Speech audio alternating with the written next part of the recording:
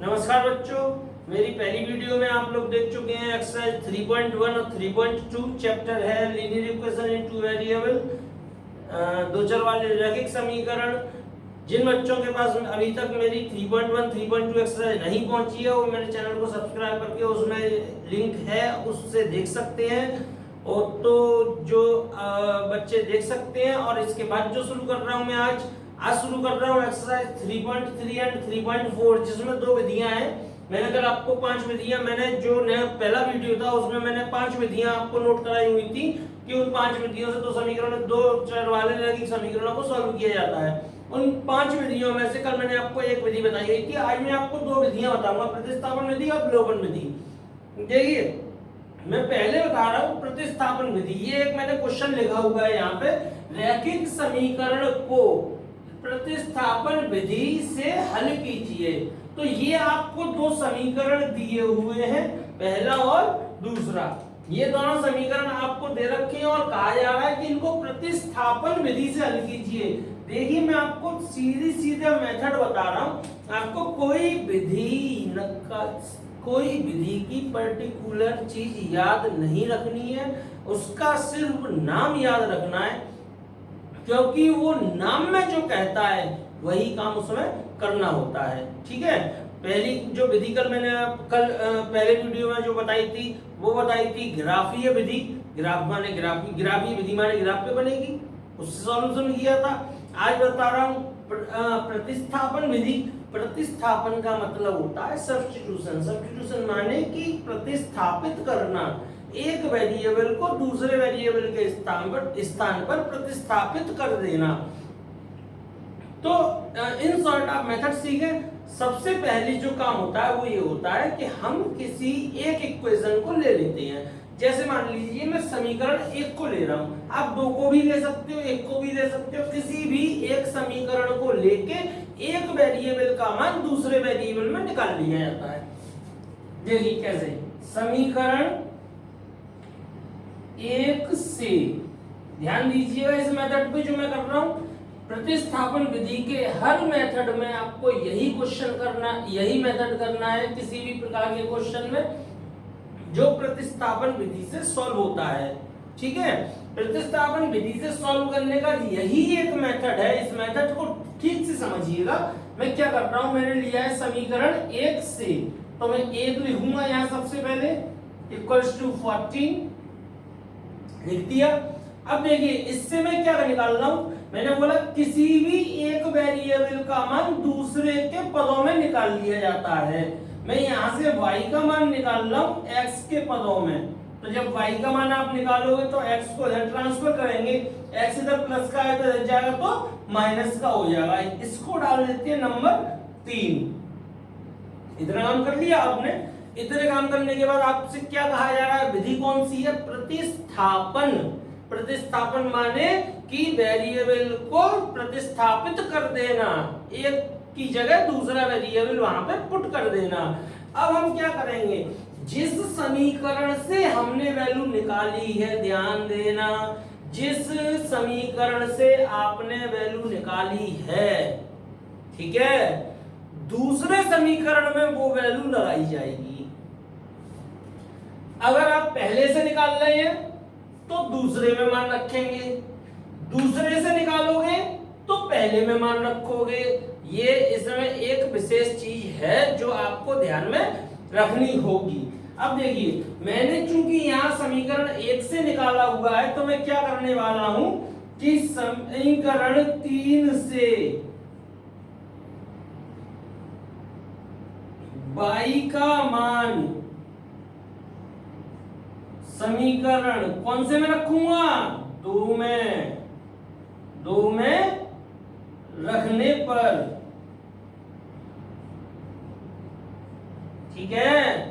जब मैं समीकरण 3 से y का मान समीकरण 2 में रख रहा हूं, अब देखिए ये 2 दिया हुआ है मुझे, मैं यहां मान रखूंगा y का मान मेरे पास है 14 माइनस x, ऐसे ब्रैकेट में लिखना ताकि साइन की मिस्टेक ना हो।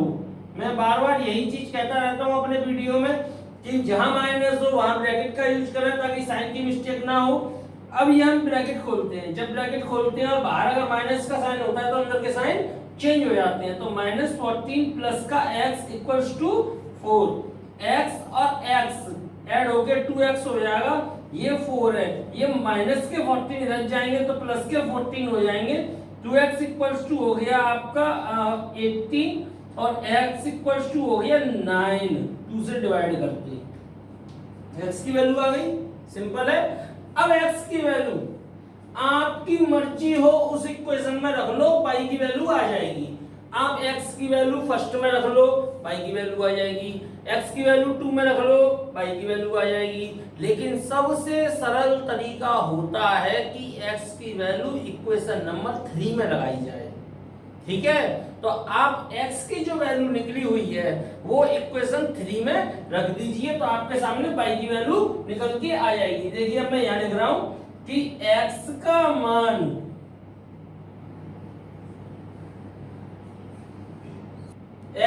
मान समीकरण, मैंने क्या बोला, किसी में भी रख सकते हैं, पर सबसे सरल होता है 3 में रखना।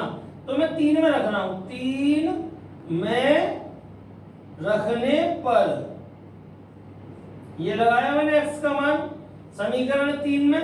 देखिए यहाँ क्या आ रहा है, y equals to 14 minus x की वैल्यू क्या निकली थी 9, तो y इक्वल्स टू क्या आ गया 5। तो ये x equals to 9 and y equals to 5, that is the answer of this question. Okay.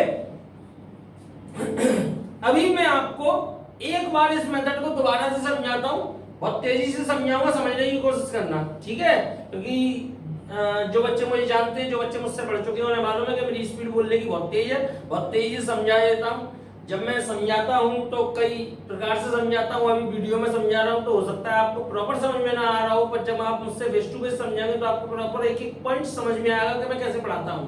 और आप लोग मुझे बहुत बेहतर तरीके से, जो बच्चे जानते हैं उन्हें मालूम है कि मेरे पढ़ाने का मेथड क्या है। अब एक बार मैं ये जो है, अब देखिए एक बार मैं ये मेथड पूरा रिपीट कर रहा हूं आपके सामने। ये कौन सा मेथड है, प्रतिस्थापन विधि। प्रतिस्थापन विधि करा रहा हूं आपको, यहाँ टिक करिए। प्रतिस्थापन विधि में क्या होगा, आपको तो समीकरण दिए जाएंगे, दोनों समीकरणों को कहा जाएगा कि प्रतिस्थापन विधि से हल कीजिए। ध्यान रखिएगा, प्रतिस्थापन विधि में किसी एक समीकरण को लेकर किसी एक समीकरण वेरिएबल की वैल्यू दूसरे वेरिएबल में निकाल ली जाती है। पहला ले सकते हैं या दूसरा ले सकते हैं। मैंने यहाँ पे पहला लिया हुआ और यहाँ से y की वैल्यू x की पदों में निकाल दी गई है। ये क्वेश्चन नंबर 3 डाल दी है। चूंकि मैंने पहला समीकरण लिया है, इसलिए जो मेरी y की वैल्यू निकली है वो मैं पहले समीकरण में नहीं रख सकता, दूसरे समीकरण में रखनी होगी मुझे। आप यदि दूसरा समीकरण से y की वैल्यू निकालते तो वो पहले में रखी जाती। ध्यान देने वाली बात है ये, अगर आप उसी में रख देंगे गलत हो जाएगा क्वेश्चन। तो जिससे वैल्यू निकलती है उसमें नहीं रखी जाती, दूसरी वाली इक्वेशन में वैल्यू रखी जाती है। तो मैंने यहाँ y की वैल्यू दूसरी इक्वेशन में रखी है, समीकरण 3 से y का मान समीकरण 2 में रखने पर। जब मैंने समीकरण 3 से समीकरण y का मान समीकरण 2 में रखा है तो ये लिखा हुआ है x - y = 4। x minus y की वैल्यू लगाई जो यहाँ से निकली थी इक्वेशन नंबर 3 से, इसको सॉल्व करके x की वैल्यू 9 आ गई। जब x की वैल्यू 9 आ गई, वो आप किसी भी इक्वेशन में रख सकते हैं, वो कोई इशू नहीं है। आप फर्स्ट में रख सकते हैं, सेकंड में रख सकते हैं या थर्ड में रख सकते हैं, ठीक है। मैंने x का मान, पर सबसे इजी वे होता है कि आप थर्ड में रखते हैं, क्योंकि वो कैलकुलेट किया हुआ होता है और आसानी से आंसर प्राप्त हो जाता है। तो मैंने x की वैल्यू जो रखी है वो समीकरण नंबर 3 में रखी है। तो y = 14 - x था, y = 14 - x की वैल्यू है 9 रख दी है यहाँ पे, तो y = 5 आ गया। ये हो गया x = 9 और y = 5। ये प्रतिस्थापन विधि का मेथड यहाँ समाप्त होता है। मुझे उम्मीद है कि प्रतिस्थापन विधि आपको अच्छे से समझ में आ गई होगी। इसकी प्रैक्टिस करें ठीक से, ठीक है। अब मैं आपको बताने जा रहा हूँ विलोपन विधि। देखिए बच्चों, अभी मैंने आपको बताया था प्रतिस्थापन विधि से ये क्वेश्चन बताया था, ठीक है। प्रतिस्थापन विधि का मेथड आप सीख गए हैं, इसकी प्रैक्टिस करिएगा घर पे। अब मैं आपको बता रहा हूं विलोपन विधि। ये क्वेश्चन है x + y = 5, 2x - 3y = 4। ये नंबर 1 है, ये नंबर 2 है, दो इक्वेशन दी हुई हैं, को विलोपन विधि से हल कीजिए। अब आप विलोपन विधि से कैसे हल करते हैं वो मैं आपको बता रहा हूं। देखिए विलोपन विधि, विलोपन विधि नाम समझिए, नाम क्या है, विलोपन। विलोपन माने होता है विलुप्त करना। विलुप्त करना माने होता है गायब करना। किसी एक वेरिएबल को हम इस प्रकार कैलकुलेट करेंगे कि वो वेरिएबल कट जाए। मतलब वो ये अभी दोनों इक्वेशन दो वेरिएबल में है, x और y में। अब हम ऐसी एक इक्वेशन बना लेंगे इन दोनों से कि उसमें एक ही वेरिएबल रह जाएगा, ठीक है। अब वो कैसे करते हैं, वो जब ही संभव है जब इन वेरिएबल में से जिसको हम भी गायब करना चाहते हैं, उन वेरिएबल में से कि जिस वेरिएबल को हम गायब करना चाहते हैं उस वेरिएबल के गुणांक बराबर करे जाते हैं। अब गुणांक बराबर करने का क्या तरीका होता है, देखिए यहाँ x का गुणांक कितना है 2, यहाँ x का गुणांक कितना है, कुछ नहीं होता तो 1 होता है, मैं पहले भी बता चुका हूँ वीडियो में। यहाँ y का गुणांक कितना है 3, यहाँ y का गुणांक कितना है 1। तो मैं अगर मुझे x गायब करना है तो मैं इस इक्वेशन में 2 से मल्टीप्लाई कर दूंगा, और मुझे अगर 22 गायब करना है, y को हटाना है, तो मैं इस इक्वेशन में 3 से मल्टीप्लाई कर दूंगा, तो 22 आराम से हट जाएगा। देखिए मैं वही करने वाला हूं, समीकरण 1 में 3 से गुणा करने पर, ठीक है, समीकरण 1 में 3 से गुणा कर रहा हूं। अब जब 1 में 3 से गुणा करूंगा तो जब इक्वेशन में मल्टीप्लाई होता है तो इक्वेशन में जितने भी टर्म्स दिए होते हैं उन सब में मल्टीप्लिकेशन होता है। 3x plus 3y equals to 15, ये आ गया।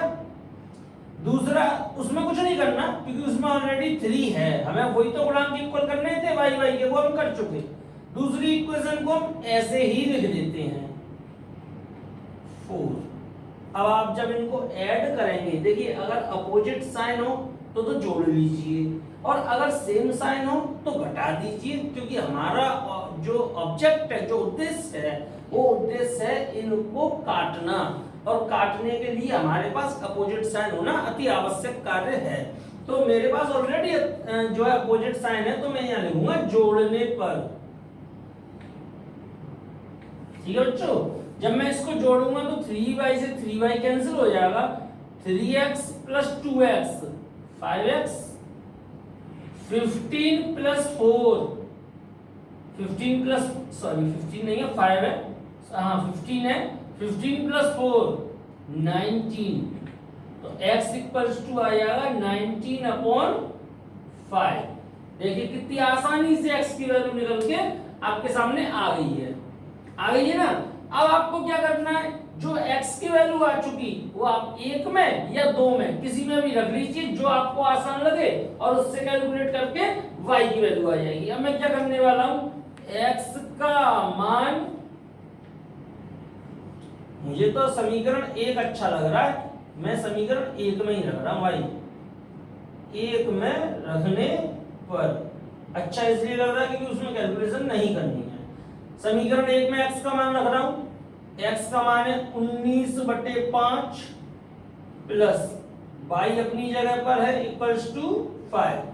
जब y की वैल्यू निकालते हैं, किसी भी चीज की वैल्यू निकालते हैं, तो उसको छोड़कर बाकी जितनी चीजें होती हैं उनको दूसरी ओर ट्रांसफर करते हैं। तो ये हो जाएगा 5 माइनस 19/5 अपॉन 1 करके एलसीएम लेंगे, 5 एलसीएम आएगा इनका।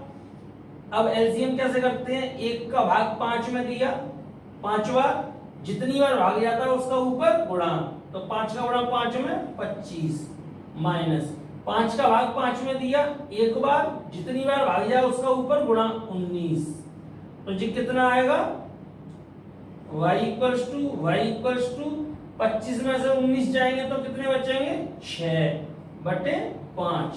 तो अतः आपका जो आंसर हो गया x इक्वल्स टू 19/5 और y इक्वल्स टू 6/5। ये आपके आंसर विलोपन विधि से आ गए हैं। अब आपको चेक करना है कि आपने जो क्वेश्चन करा है उसका आंसर ठीक है कि नहीं है किसी भी मेथड में। और एक और चीज काम की मैं बता दूं आपको कि कोई सा भी क्वेश्चन हो वो पांचों मेथड से सॉल्व हो सकता है, और पांचों मेथड से उस क्वेश्चन के जो आंसर निकल के आएंगे वो सेम निकल के आएंगे। तो अगर आपके एग्जाम में पर्टिकुलर किसी विधि का नाम दिया हो कि भाई ये जैसे मैंने लिखा है यहाँ पे विलोपन विधि से हल कीजिए, यहाँ लिखा है प्रतिस्थापन विधि से हल कीजिए, तो हमें उसी विधि से हल करना पड़ता है। परंतु अगर क्वेश्चन में आपको नाम नहीं दिया गया है और कहा गया है कि निम्नलिखित रैखिक समीकरण युग्मों को हल कीजिए, तो जो विधि आपको अच्छे से आती हो, प्रतिस्थापन विधि, विलोपन विधि, बज्जूड़न विधि, तुलनात्मक विधि, ग्राफीय विधि, जो विधि आपको अच्छे से आती हो, आप उस विधि से उसको सॉल्व करने के लिए स्वतंत्र हैं। ये चीज विशेष ध्यान रखिएगा, ठीक है। मैं चलिए एक एग्जांपल इसका जो है विलोपन विधि का और लेता हूं, थोड़ा दूसरे टाइप का, डिफरेंट टाइप का है, उसमें थोड़ा मेथड अलग है, ठीक है। मैं वो एग्जांपल और लेता हूं, वो एग्जांपल आपको कराता हूं, तो उसको और देखिएगा जरा गौर से कि वो कैसे सॉल्व करा जाना है। देखिए ये मैंने एक दूसरा एग्जांपल लिया है आपको कराने के लिए, 8x + 5y = 9 equation number 1 and 3x + 2y = 4 equation number 2 को विलोपन विधि से हल कीजिए। एलिमिनेशन मेथड बोलते हैं इसको, विलोपन विधि से हल कीजिए। अभी आपने जो पहला एग्जांपल देखा वो देखा कि आपने एक इक्वेशन में ही मल्टीप्लाई करा था और जो गुणांक थे, कोफिशिएंट थे, वो इक्वल हो गए थे। परंतु क्या कोई नंबर ऐसा है कि अब हम इन दोनों को देखते हैं, मान लीजिए मैं x को बराबर करना चाहता हूं, तो आपके पास कोई नंबर ऐसा है कि इसमें मल्टीप्लाई करें उस नंबर का तो 8 आ जाए, या इसमें मल्टीप्लाई करें उस नंबर का तो 3 आ जाए? नहीं होते। क्या y को अगर मैं करना चाहूं तो क्या कोई नंबर ऐसा है आपके पास कि मैं इसमें मल्टीप्लाई करूं तो 5 की जगह 2 हो जाए, या इसमें मल्टीप्लाई करूं तो 2 की जगह 5 हो जाए? ऐसी परिस्थितियों में जो करा जाता है वो देखिए, आप क्या करना चाहते हैं, x को करना चाहते हैं या y को करना चाहते हैं। देखिए मुझे तो y अच्छा नहीं लगता, इसलिए मैं y को एलिमिनेट करता हूं हमेशा, ठीक है। मुझे x अच्छा लगता है इसलिए मैं x को छोड़ देता हूं, y को एलिमिनेट कर देता हूं। मैं आपको भी वही बता रहा हूं कि मैं y को एलिमिनेट कर रहा हूं। अब देखिए कैसे करना होता है। जो y का कोफिशिएंट है 2, ठीक है, उसका तो मल्टीप्लाई करते हैं इसमें पूरी इक्वेशन में, और जो इस वाले में y का कोफिशिएंट है उसका मल्टीप्लाई करते हैं इधर वाले में, तो दोनों इक्वल हो जाते हैं। बात समझ में आ गई मेरी आपको? जब ऐसी परिस्थिति हो कि आप किसी एक पर्टिकुलर नंबर से मल्टीप्लाई करके कोफिशिएंट इक्वल नहीं कर पा रहे हैं, तो इसके कोफिशिएंट से मल्टीप्लाई इधर और इसके कोफिशिएंट से मल्टीप्लाई इधर, तो दोनों इक्वल हो जाएंगे। अब देखिए मैं क्या करने वाला हूं, समीकरण 1 में मैंने आपको अभी बताया मुझे y अच्छा नहीं लगता है, y को हटा रहा हूं, तो मैं कैसे मल्टीप्लाई करूंगा, 2 से, तथा समीकरण 2 में, अब 2 में कैसे मल्टीप्लाई करोगे आप, इसके कोफिशिएंट से 5 से गुणा करने पर,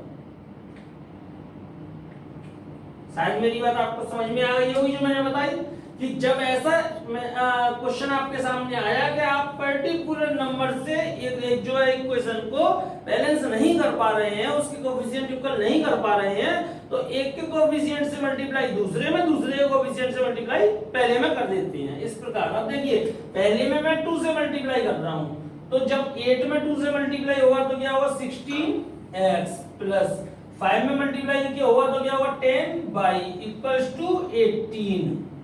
इज दैट क्लियर? अब ये वाली इक्वेशन लेंगे, इसमें कैसे मल्टीप्लाई करना है, 5 से, तो 5 3 जा 15x प्लस 5 2 जा 10y = 20। अब आप देख रहे हैं y इक्वल हो गया, दोनों जगह हो गया y इक्वल, यहाँ पे भी 10y है और यहाँ पे भी 10y है।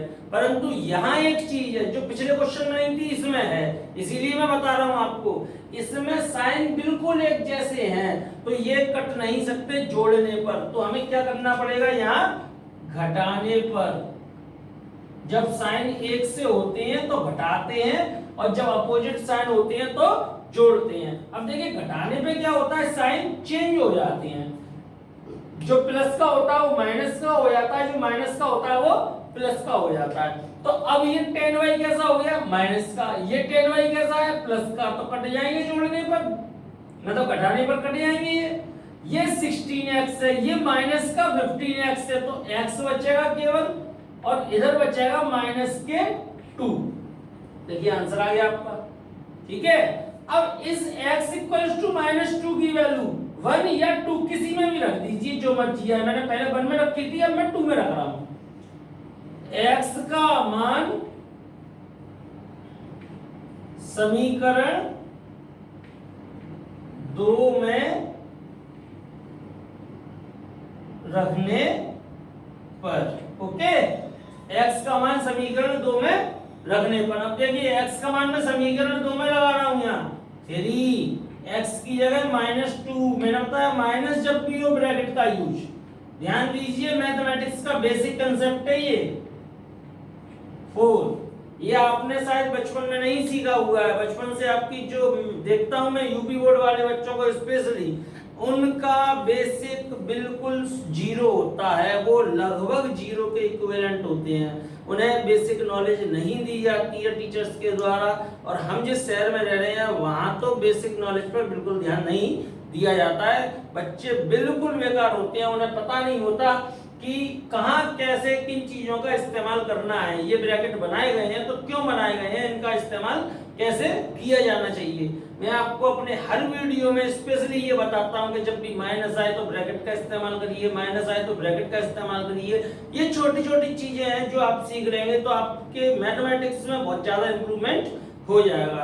क्योंकि अभी मैं वीडियो के माध्यम से पढ़ा रहा हूँ, कभी मुझे मौका मिला आपको सामने पढ़ाने का तो आपको और ज्यादा डिस्क्राइब करके ये चीजें मैं पढ़ा पाऊंगा, और मेरी समस्या आपको एक बार में ये सारी चीजें प्रॉपर तरीके से समझ में आ जाएंगी। ठीक है, अब देखिए जब 3 का मल्टीप्लाई अब -2 में करेंगे तो क्या आएगा, माइनस के 6 प्लस 2y इक्वल्स टू 4। मेरे पेन में कुछ जादू हो गया, ब्लैक चल रहा था ब्लू चल रहा है। 2y इक्वल्स टू 4, 6 माइनस का है, इधर ले जाएंगे कैसा होगा, प्लस का 6। 2y equals to 10, y equals to 5। तो आपके आंसर क्या आ गए रहते हैं, x बराबर -2 और y बराबर 5। ये आपके आंसर आ गए। ठीक है, आपको चेक करना है, चेक करने का भी तरीका मैं चलिए बता दे रहा हूं आपको इधर कि आपका आंसर सही है अथवा गलत है। तो आप क्या करिए, किसी भी एक इक्वेशन को उठा लीजिए और उसमें x और y की वैल्यू रख दीजिए। RHS LHS इक्वल आनी चाहिए। अगर RHS LHS इक्वल आ रही है तो आपका आंसर गलत है, सही है, फिर उसके बाद उसमें कोई गुंजाइश नहीं है गलत होने की। और अगर RHS LHS इक्वल नहीं आ रही है तो आपका आंसर गलत है। अब पेपर में आंसर शीट तो होती नहीं है, आपको खुद ही चेक करना होगा। तो मैं चलिए पहले में रख रहा हूं 8, x की वैल्यू मेरे पास है -2 प्लस 5, y की वैल्यू है मेरे पास 5 इक्वल्स टू 9। माइनस के 16 हो गई है, प्लस के 25 हो गई है, इधर के 9 लिखा हुआ है। 25 माइनस के 16 9 आए इक्वल्स टू 9 आए, देन RHS इक्वल्स टू क्या हो गई, LHS। जब ऐसी स्थिति हो जाती है यानी कि आपका आंसर बिल्कुल ओके है, इसको कोई भी गलत नहीं कर सकता है। ये मिनट में भी इससे नहीं कह सकता कि ये आंसर गलत है। तो बच्चों मैंने आपको आज 2 मेथड सिखाए, मेरे हिसाब से दोनों मेथड आपको समझ में आ गए होंगे। प्रतिस्थापन विधि, विलोपन विधि पहले वीडियो में मैं आपको बता चुका हूँ, ग्राफीय विधि। अब इसके बाद मैं बताऊंगा आपको तुलनात्मक विधि, एक जो शायद आपकी बुक में भी नहीं है पर मैं बताऊंगा उसको, तो चूंकि आपको आनी चाहिए, वो आगे चल के कंपटीशन में काम आती है, इसलिए यही मैं बताना चाहता हूँ। ठीक है, तो वो बताऊंगा और उसके बाद बताऊंगा वज्रगुणन विधि, क्रॉस मल्टीप्लिकेशन मेथड कैसे किया जाता है। ठीक है, तो जो बच्चे नए जुड़े हैं वो मेरे चैनल को सब्सक्राइब कर ले, उन्हें मेरे पुराने वीडियो मिल जाएंगे वहां पर, वो उन वीडियो को देखकर बहुत सारी चीजें सीख सकते हैं, पिछली एक्सरसाइज कर सकते हैं, इससे पहले वाला चैप्टर जो मैंने कराया था वो सीख सकते हैं, वो कर सकते हैं। तो please subscribe my channel and push the bell icon. Okay, thank you very much, तब तक के लिए गुड बाय।